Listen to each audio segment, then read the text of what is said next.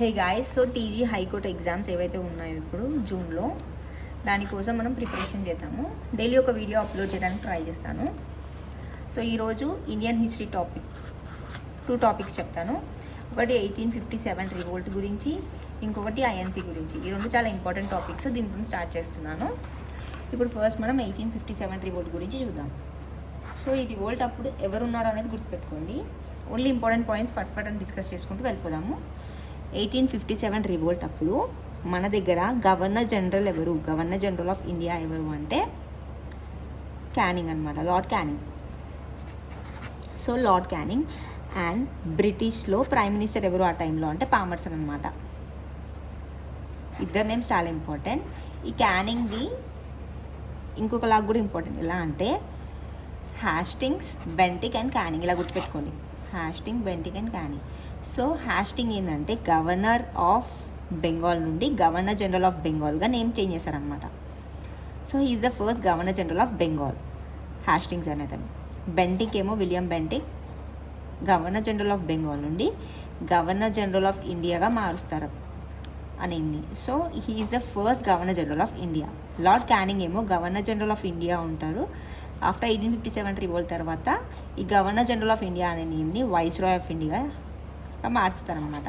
So he's the first viceroy of India and he's also the governor general of India during the 1857 revolt time. So గుర్తుపెట్టుకోండి, ఇది lord Canning and పామర్సన్ అనమాట, వీళ్ళిద్దరు ఉన్నారనమాట అప్పుడు.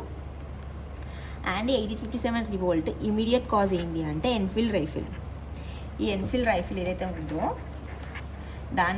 దానికి ఉన్న కార్ట్రిడ్జ్ ఏదైతే ఉందో దాన్ని కవ్ ఇంకా పిగ్ ఫ్యాట్తోని గ్రీస్ చేశారు అనే ఒక రూమర్ స్ప్రెడ్ అయిందనమాట.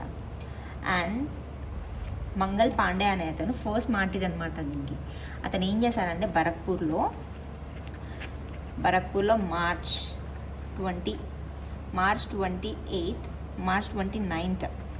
29th 1857 అప్పుడు ఇతను ఇద్దరు బ్రిటిషర్స్ని, ఈ మంగల్ పాండే అనే అతను 34th నేటివ్ ఇన్ఫాంట్రీకి చెందిన అతను ఏం చేశాడంటే మార్చ్ 29th 1857 అప్పుడు ఇద్దరు బ్రిటిష్ ఆఫీసర్స్ని చంపేశాడనమాట. హ్యూజ్ బ్యాగ్ అని గుర్తుపెట్టుకోండి, నేమ్స్ గుర్తుంటాయి. సో ఇవి ఇద్దరు ఆఫీసర్స్ని చంపేసినందుకు అతన్ని చంపేశారనమాట, అరెస్ట్ చేసి చంపేస్తారు. So he's the first martyr in this 1857 revolt అప్పుడు. ఫస్ట్ మార్టీర్ ఎవరు అంటే మంగల్ పాండే. 34th ఇది ఇంపార్టెంట్, 34th అనేది గుర్తుపెట్టుకోండి. సో ఇది ఇమీడియట్ కాజ్ అనమాట. దీని తర్వాత ఏమైందంటే మార్చ్ 10th అప్పుడు, ఇది మార్చ్ అయిపోయింది కదా, మార్చ్ 29th అప్పుడు అతను చంపేస్తారు. సో మే 10th, ఇది కూడా ఎంతోనే స్టార్ట్ అవుతుంది. సో మే 10th 1857 అప్పుడు ఏమవుతుందంటే రివోల్ట్ అనేది అఫీషియల్గా బిగిన్ అవుతుంది అనమాట. రివోల్ట్ అఫీషియల్గా స్టార్ట్ ఎప్పుడు అవుతుంది అఫీషియల్లీ అంటే మే 10th 1857 అప్పుడు మీరట్లో. ఇందాకది అది భరత్పూర్లో కదా, ఇదేమో మీరట్లో స్టార్ట్ అవుతుంది అనమాట. సో ఇది స్టార్ట్ అయ్యాక ఢిల్లీకి రీచ్ అవుతారు అనమాట. దీన్ని నెక్స్ట్ మే 10th స్టార్ట్ అయ్యి మెల్లగా ఢిల్లీకి రీచ్ అవుతారు. ఢిల్లీలో ఎప్పుడు ఎవరున్నారు అంటే బహదూర్ షా 2 ఉన్నారనమాట. అతను చాలా ఏజ్ ఎక్కువ ఉంటుంది అనమాట అప్పుడు. సో అతని ప్లేస్లో అతను ఏమనుకుంటాడు, వాళ్ళ సన్ని నిల్చోబెడదాం అనుకుంటాడు ఈ రివోల్ట్ అప్పుడు. కాకపోతే వాళ్ళు ఏమంటారు, ఇతను వద్దు, ఇతను జనరల్ ఎవరైతే ఉన్నాడో భక్త్ ఖాన్, అతన్ని లీడర్గా తీసుకుంటారు అనమాట. సో బహదూర్ షా 2 భక్త్ ఖాన్ అన్నమాట ఢిల్లీలో. తర్వాత కాన్పూర్కి, తర్వాత లక్నోకి, తర్వాత ఝాన్సీ.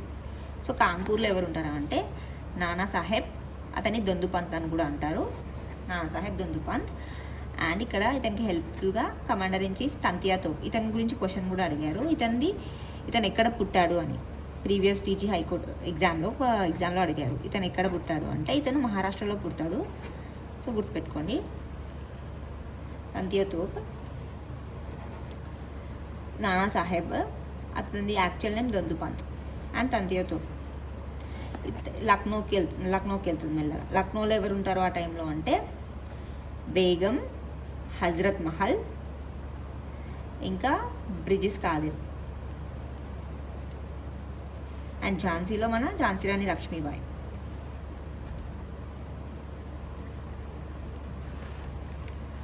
ఝాన్సీ రాణి లక్ష్మీబాయి. తర్వాత బీహార్కి స్ప్రెడ్ అవుతుంది. బీహార్లో ఎవరు ఉంటారు అప్పుడు అంటే కున్వర్ సింగ్. కొన్నిట్లో కువార్ సింగ్ అని కూడా ఉంది, కున్వర్ సింగ్ అని కూడా అంటారు, గుర్తుపెట్టుకొని. తను జమీందార్ ఆఫ్ జగదీష్పూర్. బీహార్ని అప్పుడు జగదీష్పూర్ అన్న బీహార్ అన్న గుర్తుపెట్టుకొని సింగ్. కున్వర్ సింగ్ జమీందార్ ఆఫ్ జగదీష్పూర్. అండ్ తర్వాత బీహార్ తర్వాత బరేలీ బీ కాబట్టి ఇది కూడా బహదూర్ షా ఖాన్ బహదూర్ ఖాన్. తర్వాత ఫైజాబాద్. ఈ ఫైజాబాద్లో మౌల్వీ అహ్మదుల్లా అనే అతను ఉన్నాడు. మౌల్వీ అహ్మదుల్లా ఇతను ఏం చేశాడంటే ఈ డిక్లేర్ జిహాద్ అని డిక్లేర్ చేశారనమాట. అండ్ అలహాబాద్లో ఎవరు అంటే మౌల్వీ లియాఖత్ అలీ. ఇతను మౌల్వీ అహ్మదుల్లా. ఫైజాబాద్లో ఇతను మౌల్వీ లియాఖత్ అలీ. సో గుర్తుపెట్టుకోండి లియాఖత్ అలీ అని. And Jhansi Rani Lakshmibai fight చేసేటప్పుడు ఇక్కడ బ్రిటిష్ ఆఫీసర్స్ని కూడా గుర్తుపెట్టుకోండి. సో బ్రిటిష్ ఆఫీసర్స్ ఎవరెవరు అఫీషియల్స్ సప్రెస్ చేశారు ఈ రివోల్ట్స్ని అంటే ఢిల్లీలో అయితే జాన్ నికల్సన్ అనే అతను సప్రెస్ చేశారనమాట. అండ్ కాన్పూర్, లక్నోలో ఈ 2 ప్లేసెస్ పక్కపక్కనే ఉంటాయి కదా, అలా గుర్తుపెట్టుకోండి. సో ఈ 2 ప్లేసెస్కి ఒక అతని కాలిన్ క్యాంబెల్ అనమాట. యాక్చువల్లీ లక్నోలో హెన్రీ లారెన్స్ ఇంకా కోలిన్ క్యాంబెల్ ఇద్దరు అనమాట. సో గుర్తుపెట్టుకోండి. ఇక్కడైతే జాన్ నికల్సన్. ఈ 2 ప్లేసెస్లో కోలిన్ క్యాంబెల్. బెల్ అని గుర్తుపెట్టుకోండి. రెండిట్లో బెల్ సౌండ్ గుర్తుపెట్టుకోండి. ఫస్ట్ ఇక్కడ హెన్రీ లారెన్స్, తర్వాత కోలిన్ క్యాంబెల్ అనమాట. అతను సప్రెస్ చేయలేకపోతే నేను కోలిన్ క్యాంబెల్ వచ్చి సప్రెస్ చేశాడు. ఝాన్సీ లక్ష్మీబాయి మాత్రం ఫైట్ చేసిందనమాట హ్యూ గ్రోవ్స్తోని. సో ఇతను ఒక చెప్తారనమాట ఈమెతో ఫైట్ చేశాక the best and bravest military leader of the rebel అంటే ఎవరు అంటే రాణి లక్ష్మీబాయిని పొగుడతారు అనమాట. షీఈస్ ద బ్రేవెస్ట్ అని, the best and the bravest military leader of the rebels అని ఈ హ్యూజ్ రోజ్ హూ డిస్క్రైబ్స్ అనమాట. ఎవరు డిస్క్రైబ్ చేస్తారు రాణి లక్ష్మీబాయిని అలా అని అడుగుతారు. సో హ్యూజ్ రోజ్ అనమాట, ఆమె ఫైట్ చేస్తారు అతనితో. సో అతను అలా డిస్క్రైబ్ చేస్తారనమాట. సో బీహార్లో ఎవరు అంటే విలియం టైలర్.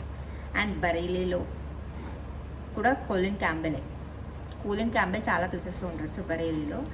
అండ్ అలహాబాద్లో అయితే కోలన్ ఆంకల్.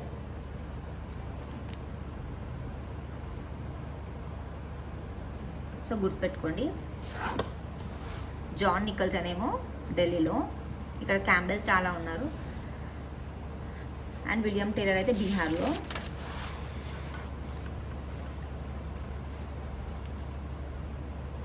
సో ఎస్ఎన్ సేన్ ఈ రివోల్ట్ని ఏమని డిస్క్రైబ్ చేస్తారు అంటే హీఈస్ ఎ హిస్టారియన్. ఇతను ఏమని చెప్తారంటే 1857 అతను ఒక టైటిల్ వేస్తాడు అనమాట దీనికి. 1857 అని టైటిల్తోనే ఉంటుంది అనమాట. ఇట్లా 1857.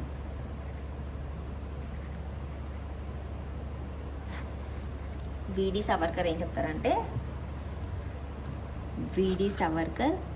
ఫస్ట్ వార్ ఆఫ్ ఇండిపెండెన్స్ ఇది అని చెప్తారనమాట. ఫస్ట్ వార్ ఆఫ్ ఇండిపెండెన్స్ అని. అండ్ బెంజమిన్ డిజ్రేలీ ఏం చెప్తారంటే ఇది నేషనల్ రైజింగ్ అని చెప్తారు. సర్ జాన్ లారెన్స్ ఏం చెప్తారు ఇది ఒక సిపాయి మ్యూటినీ అని చెప్తారనమాట. సో ఇక్కడ ఈ 1857 రివాల్ట్తోని ఏ ఏరియాస్ అన్ఎఫెక్టెడ్గా ఉన్నాయి అంటే ఇండియాలో సౌత్ ఇండియా అన్ఎఫెక్టెడ్గా ఉంది కంప్లీట్గా. అండ్ ఇక్కడ పంజాబ్ ఇంకా some parts of the Bengal Punjab and south India ఇవేమైనాయి అంటే ఇక్కడ కొంచెం అన్న ఇదైతే మొత్తానికి కంప్లీట్లీ లేదు. సో మీకు question which regions are unaffected by the 1857 revolt అంటే Punjab, parts of Bengal and south India అనమాట. గుర్తుపెట్టుకోండి. అండ్ ఈ రివాల్ట్ అప్పుడు ఎడ్యుకేటెడ్ మిడిల్ క్లాస్ వాళ్ళు ఎలా ఉంది వాళ్ళ రియాక్షన్ అంటే వాళ్ళు న్యూట్రల్గా ఉన్నారనమాట. వాళ్ళ బిహేవియర్ న్యూట్రల్గా ఉంది అని గుర్తుపెట్టుకోండి. సో దీని తర్వాత బ్రిటిష్ వాళ్ళు ఏం చేస్తారు అంటే 1858 గవర్నమెంట్ ఆఫ్ ఇండియా యాక్ట్ 1858ని 1858 యాక్ట్ ద్వారా ఈస్ట్ ఇండియా కంపెనీ నుండి బ్రిటిష్ క్రౌన్కి పవర్ అనేది ట్రాన్స్ఫర్ చేసుకుంటారనమాట. సో గుర్తుపెట్టుకోండి, ఏ యాక్ట్ ద్వారా ఈస్ట్ ఇండియా కంపెనీ తన పవర్ లాస్ అయిపోయి బ్రిటిష్ క్రౌన్కి ట్రాన్స్ఫర్ చేస్తారు అంటే 1858 యాక్ట్ ద్వారా. సో ఇది ఎందుకు ఫెయిల్యూర్ అయింది మెయిన్గా అంటే, ఒకటి యూనిటీ అనేది లేదు మన వాళ్ళలో. అంటే ఇంకా సౌత్లో ఇంకా వెస్ట్లో ఏమైందంటే, సౌత్లో వెస్ట్లో ఇంకా కొన్ని ప్రిన్స్లీ స్టేట్స్ లైక్ నిజాం, హైదరాబాద్లో, ఇంకా సింధియా, గ్వాలియర్ వీళ్ళందరూ బ్రిటిషర్స్కి సపోర్ట్ ఇచ్చారు. ఇంకేమైంది, ఒక లీడర్ అనే అతను లీడర్ అనమాట. రెబల్స్కి ఒక ప్రాపర్ లీడర్, ఒక సెంట్రలైజ్డ్గా ఒక కమాండింగ్ ఫిగర్ ఒక అతను లేడు, ఒక పొలిటికల్ విజన్, ఒక ఫార్వర్డ్ లుకింగ్ పొలిటికల్ విజన్ లేదు. సో ఇది అనేది అంత ఒక స్టాండర్డ్గా ఒక ముందుకు తీసుకెళ్ళే అంత లేదనమాట. అండ్ వీళ్ళు యూజ్ చేసే వెపన్స్ కూడా ఏముండే అంటే రెబల్స్ స్వార్డ్స్ లేకపోతే స్పియర్స్ ఇవే ఉన్నాయి అనమాట వాళ్ళ దగ్గర. అదే బ్రిటిష్ వాళ్ళు ఏమైంది, వాళ్ళ దగ్గర రైఫిల్స్, ఎన్ఫీల్డ్ రైఫిల్స్ ఉన్నాయి, ఆర్టిలరీస్ ఏవైతే సుపీరియర్ ఆర్టిలరీ ఉందో అవి యూజ్ చేస్తారు కదా. వీళ్ళు మాత్రం ఈ సింపుల్ స్వార్డ్స్ స్పియర్స్తో ఫైట్ చేసేసరికి వీళ్ళు ఆబ్వియస్గా లూజ్ అయిపోయారు అనమాట. సో ఇవన్నమాట, these are the calls of failure. ఎందుకు ఫెయిల్ అయింది అంటే దీనివల్ల అనమాట. సో 1857 రిజల్ట్ క్లియర్గానే ఉంది అనుకుంటున్నాను. ఇప్పుడు ఐఎన్సి, ఇండియన్ నేషనల్ కాంగ్రెస్, దీని నుంచి కంపల్సరీ ఒక క్వశ్చన్ అయితే కంపల్సరీ ఎక్స్పెక్ట్ చేయొచ్చు. So INC, Indian national Congress, ఇది ఎప్పుడు ఫామ్ అయింది, ఫౌండేషన్ ఎప్పుడు ఫామ్ చేశారు అంటే డిసెంబర్, ఏదైనా ఇవి యాన్యువల్గా కూడా డిసెంబర్లో పెడతారనమాట. సో మీటింగ్స్ డిసెంబర్ 28 గుర్తుపెట్టుకుని 1885 అప్పుడు ఎంతమంది డెలిగేట్స్ అని క్వశ్చన్ అడిగారు. With how many delegates it was form అని అడిగారు. విత్ 72 డెలిగేట్స్ గుర్తుపెట్టుకోండి. With 72 delegates INC was form in 1885 అప్పుడు, డిసెంబర్ 28 అప్పుడు. సో గుర్తుపెట్టుకోండి. హూ ఈజ్ ద ఫౌండర్ అంటే ఏఓ హ్యూమ్. ఏఓ హ్యూమ్ ఎవరు అంటే ఈయన రిటైర్డ్ సివిల్ సర్వెంట్ అనమాట, బ్రిటిష్ సివిల్ సర్వెంట్, రిటైర్డ్ అతను. ఏఓ అంటే అల్లన్ ఆక్టేవియన్ అనమాట, అల్లన్ ఆక్టేవియన్ హ్యూమ్. సో ఇది ఫస్ట్ మీటింగ్. అప్పుడు ప్రెసిడెంట్ ఎవరు అంటే డబ్ల్యూసీ బెనర్జీ. డబ్ల్యూసీ అంటే ఉమేష్ కుమార్ బెనర్జీ అనమాట. ఇక్కడ ఫామ్ అయింది. ఇది గుర్తుపెట్టుకోండి, బికేమ్ ఏ అని గుర్తుపెట్టుకోండి అనమాట. బి అంటే బాంబే, సి అంటే కాల్కటా, ఎం అంటే ముంబై, ఏ అంటే అలహాబాద్. సో 1885 అప్పుడు బాంబేలో జరిగింది, సి అప్పుడు కల్కటా, 1886, 1887, 1888. సో 1887 స్పెషాలిటీ ఏంటంటే ఇక్కడ ఫస్ట్ ముస్లిం ప్రెసిడెంట్ అనమాట. ఓన్లీ ఫస్ట్ గుర్తుపెట్టుకోండి ఒకసారి. సో ఫస్ట్ ప్రెసిడెంట్ ఎవరు అంటే డబ్ల్యూసీ బెనర్జీ. ఫస్ట్ ముస్లిం ప్రెసిడెంట్ ఎవరు అంటే త్యాబ్జీ. ఇక్కడ జరిగింది, ముంబైలో జరిగింది. అలహాబాద్లో 1888 అప్పుడు ఫస్ట్ బ్రిటిష్ ప్రెసిడెంట్ అనమాట, George Yule. First women president ఏమో 1917 అప్పుడు ఉమెన్ ప్రెసిడెంట్. క్యాల్కటాలో ఎవరు అంటే Annie Besant, first women president. 1925లో ఫస్ట్ ఇండియన్ ఉమెన్ ప్రెసిడెంట్ ఎవరు అంటే సరోజిని నాయుడు. ఇది కాన్పూర్లో జరిగింది, ఫస్ట్ ఇండియన్ ఉమెన్. అండ్ మీరు ఇంకోటి ఏం గుర్తుపెట్టుకోవాలంటే తినే ఫస్ట్ గవర్నర్ ఆఫ్టర్ ఇండిపెండెన్స్, మనకు ఫస్ట్ ఉమెన్ గవర్నర్ ఎవరు అంటే సరోజిని నాయుడు. ఏ స్టేట్కి అంటే యూపీ. ఇది అడిగారు question already, previous year question ఇది, హైకోర్టు ఎగ్జామ్ది. ఫస్ట్ గవర్నర్ ఎవరు, ఉమెన్ గవర్నర్ సరోజిని నాయుడు. తను ఏ ప్లేస్ అని అడిగారు అనుకుంటా, యూపీ అది. సో గుర్తుపెట్టుకోండి. 1925 తర్వాత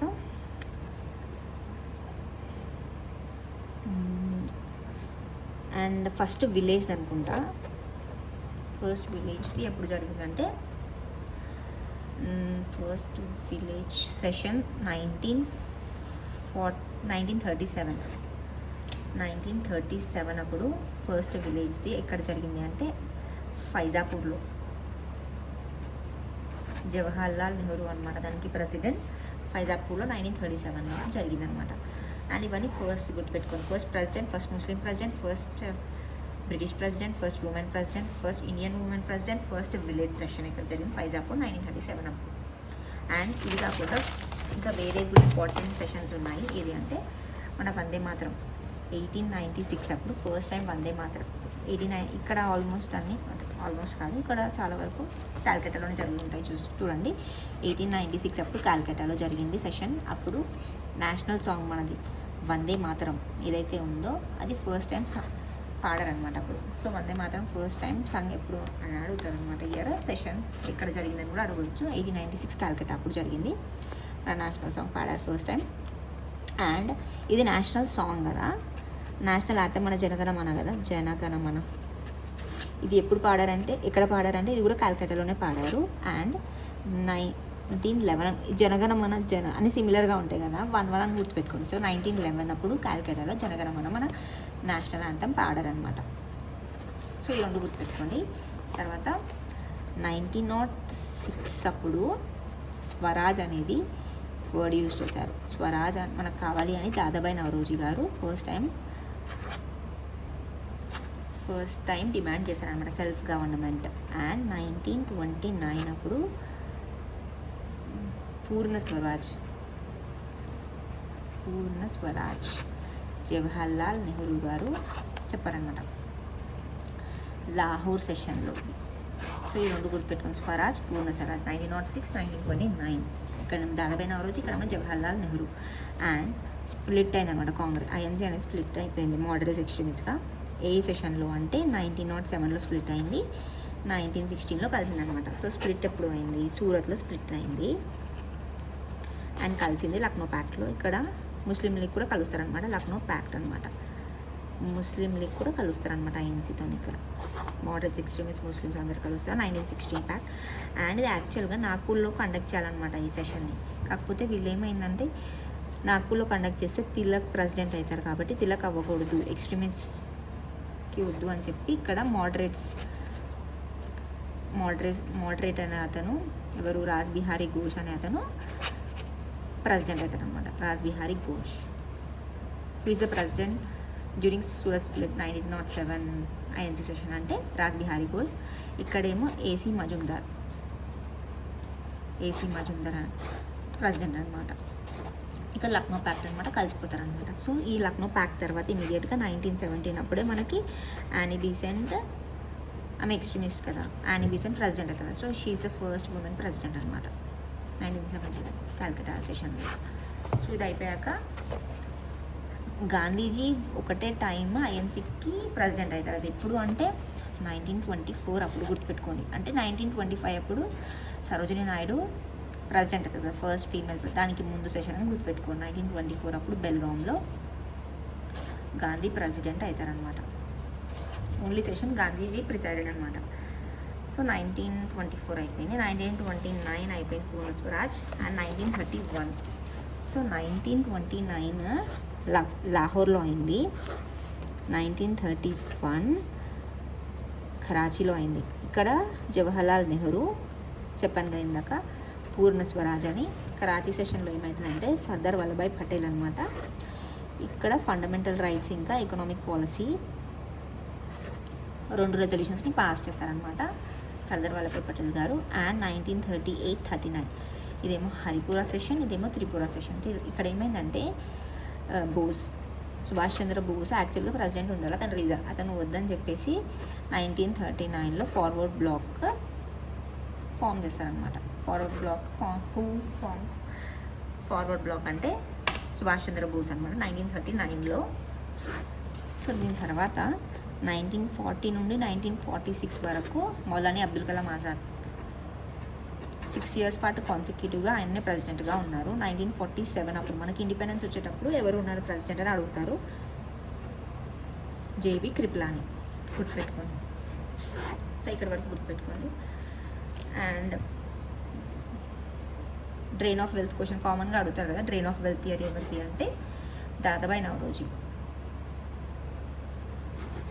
ఇతన్ని grand old man of India అని అంటారు అనమాట. Grand old man of India. So మనం 1924 చూసాం కదా గాంధీజీ. దీనికంటే ముందు 1920లో ఒక స్పెషల్ సెషన్ అవుతుంది అనమాట. కాల్కటాలోనే ఒక స్పెషల్ సెషన్ అవుతుంది. దాంట్లో గాంధీజీ ఏం చేశారంటే నాన్ కోఆపరేషన్ రెజల్యూషన్ని, మనకు తెలుసు కదా 1920 అప్పుడు నాన్ కోఆపరేషన్ స్టార్ట్ అవుతుంది. నాన్ కోఆపరేషన్ రెజల్యూషన్ ఇది ఒక స్పెషల్ సెషన్, అంటే ఇవి డిసెంబర్లో జరిగేవి కాదు, ఒక స్పెషల్ సెషన్ లాగా పెట్టారు కల్కటాలో. అక్కడ నాన్ కోఆపరేషన్ రెజల్యూషన్ని పాస్ చేశారు 1920లో, గుర్తుపెట్టుకోండి. సో ఇక్కడ వరకు అన్ని ఇంపార్టెంట్ సెషన్స్ అని కవర్ చేసాము. సో ఈ 2 టాపిక్స్ అయితే చాలా ఇంపార్టెంట్, కంపల్సరీ క్వశ్చన్స్ వస్తాయి.